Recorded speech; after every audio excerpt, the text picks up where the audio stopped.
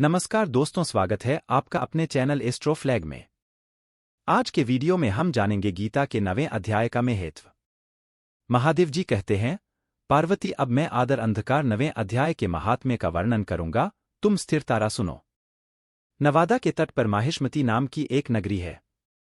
वहां माधव नाम के एक ब्राह्मण रहते थे, जो वेदांगों के तत्वज्ञ और समय समय पर आने वाले मोक्ष के प्रेमी थे। उन्होंने विद्या के बहुत धन कमाकर द्वारा एक महान यज्ञ की शुरुआत की। उस यज्ञ में बलि चढ़ाने के लिए एक बकरा मांगा गया। जब उनके शरीर की पूजा की गई, तब आश्चर्य में डूबे बकरे ने कहा, ब्राह्मण, इन बहुत से यज्ञों से क्या लाभ होता है? इनके फल तो नष्ट हो जाने वाले हैं और ये जन्म, जरा और मृत्यु का भी कारण है। यह सब करने पर भी मेरी जो वर्तमान स्थिति है उसे देख लो। बकरे के इस अत्यंत कौतूहलजनक वचन को सुनकर यज्ञ मंडप में रहने वाले सभी लोग बहुत विस्मित हो गए। तब वे यजमान ब्राह्मण हाथ जोड़ अपलक उत्सवों से देखते हुए बकरे को पूजन यज्ञ और आदर के साथ मार्ग पर ले आए। ब्राह्मण बोले, आप किस जाति के थे? आपका स्वभाव और आचरण कैसा था? तथा किस कर्म से आपको बकरे की योनि प्राप्त हुई? यह सब मुझे बताओ। बकरा बोला, ब्राह्मण, मेरे पूर्व जन्म में ब्राह्मणों की अत्यंत निर्मलता कुल में उत्पन्न हुई थी। सभी यज्ञों का अनुष्ठान करने वाला और वेद विद्या में विशेषज्ञ था। एक दिन मेरी स्त्री ने भगवती दुर्गा की भक्ति से अपने बच्चे के रोग की शांति के लिए बलि देने के निमित्त मेरे एक बकरा मांगदा की पेशकश की। जब चंडिका के मंदिर में वह बकरा मारा जाने लगा, उस समय उसकी माता ने मुझे शाप दिया, हे ब्राह्मणों में नीच, पापी, तू मेरे बच्चे का वध करना चाहता है, इसलिए तू भी बकरे की योनि में जन्म ले। अद्विज श्रेष्ठ, तब कालवश मृत्यु को प्राप्त हुआ मैं बकरा हुआ। हालांकि मैं जिस पशु योनि में पड़ा हूं, तो भी मुझे अपने पूर्वजन्मों का स्मरण बना हुआ है। ब्राह्मण, यदि आपने सुना है तो मैं एक और आश्चर्य की बात बताता हूं। कुरुक्षेत्र नामक एक नगर है, जो मोक्ष प्रदान करने वाला है। वहां चंद्रशर्मा नामक एक सूर्यवंशी राजा राज्य थे। एक समय जब सूर्य ग्रह लगा तो राजा ने बड़ी श्रद्धा के साथ कालपुरुषों का दान करने की तैयारी की। उन्होंने वेदांगों के परिसंग में एक विद्वान ब्राह्मण को बुलाया और पुरोहितों के साथ वे तीर्थ के पावन जल से स्नान करने को चले और 2 वस्त्र धारण किए। फिर पवित्र और आकर्षक साहित्य में वे श्वेत चंदन लगाए गए और बगल में स्थित पुरोहितों के हाथ में कैथोलिक ऑटोमेटिक संस्थान से प्रवेश लेकर अपने स्थान पर लौट आए। आने पर राजा ने यथोचित विधि से भक्ति अयोग्य ब्राह्मण को कालपुरुषों का दान दिया। तब कालपुरुष का हृदय चिरकर सहित एक पापात्मा चांडाल प्रकट हुआ। फिर कुछ देर बाद निंदा भी चांडाली का रूप धारण करके कालपुरुष के शरीर से सामने आई और ब्राह्मण के पास आ गई। इस प्रकार चांडालों की वह जोड़ी लाल किले और ब्राह्मण के शरीर में हाथ डालकर प्रवेश करने लगी। ब्राह्मण मन ही मन गीता के 9वें अध्याय का जप करते थे और राजा ये सब कौतुक देखने लगे। ब्राह्मण के अंतःकरण में भगवान गोविंद शयन करते थे। वे नींद का ध्यान करने लगे। ब्राह्मण ने जब गीता के 9वें अध्याय का जप करते हुए अपने शरणभूत भगवान का ध्यान कराया, उस समय गीता के स्वरूप से प्रकट हुए विष्णुदूतों द्वारा पीड़ित वे दोनों चांडाल भाग चले गए। उनका निष्प्रभावी उद्योग फल हो गया। इस प्रकार इस घटना को प्रत्यक्ष देखकर राजा के उत्सव का आश्चर्यचकित हो उठा। उन्होंने ब्राह्मण से पूछा, विप्रवर, इस भयंकर सिद्धांत को आपने कैसे पार किया? आप किस मंत्र का जप तथा किस देवता का स्मरण कर रहे थे? वह पुरुष तथा स्त्री कौन थी? वे दोनों कैसे उपस्थित हुए?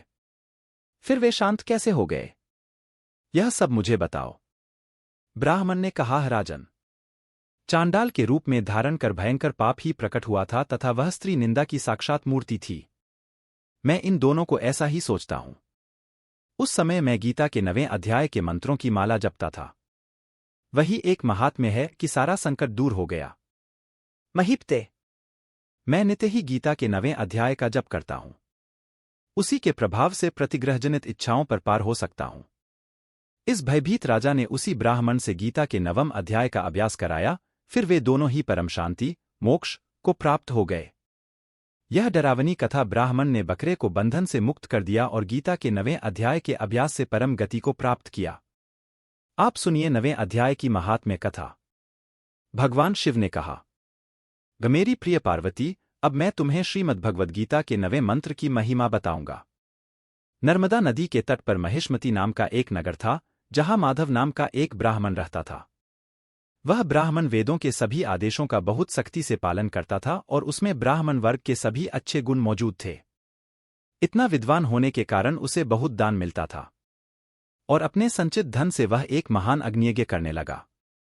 बलि चढ़ाने के लिए एक बकरा मोल लिया गया और जब वे बलि की तैयारी के लिए उस बकरे को शुद्ध करने लगे तो सबको बड़ा आश्चर्य हुआ कि बकरा हंसने लगा और ऊंचे स्वर में कहने लगा, हे ब्राह्मण, इतने सारे अग्नियज्ञ करने से क्या लाभ है जो हमें जन्म और मृत्यु के चक्र में बांध देता है। मेरे द्वारा इतने सारे अग्नियज्ञ करने के कारण मेरी स्थिति तो देखो। जब वहां एकत्रित सभी लोगों ने बकरी की बातें सुनी तो वे उत्सुक हो गए और उस ब्राह्मण ने हाथ जोड़कर पूछा, वे तुम बकरी कैसे बन गई? अपने पिछले जन्म में आप किस जाति के थे और आपने कौन से कार्य किए थे? बकरी ने उत्तर दिया, हे ब्राह्मण, अपने पिछले जन्म में मैं एक बहुत ही शुद्ध ब्राह्मण परिवार में पैदा हुआ था और मैंने वेदों में बताए गए सभी कर्मकांडों को बहुत सावधानी से किया था। एक दिन मेरी पत्नी को दुर्गा की पूजा करने की इच्छा हुई ताकि हमारे बच्चे की बीमारी ठीक हो सके। इस उद्देश्य से उसने मुझसे एक बकरी लाने का अनुरोध किया। जब हमने मां दुर्गा के मंदिर में बकरे की बलि दी, बकरी ने मुझे श्राप दिया, भे पापी, सबसे अधम, तू मेरे बच्चों को अनाथ कर देना चाहता है। इस कारण तुम भी बकरी के रूप में जन्म लोगे।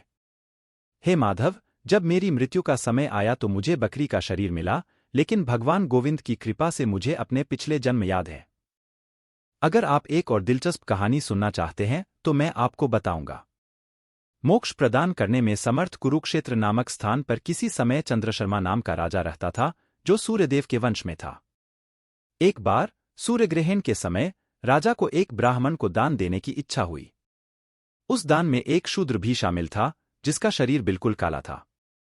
अपने पुरोहित के साथ जाकर पवित्र सरोवर में स्नान करके स्वच्छ वस्त्र पहनकर तथा चंदन लगाकर वह अपने स्थान पर लौट आया। उसने भक्तिपूर्वक योग्य ब्राह्मण को दान दिया।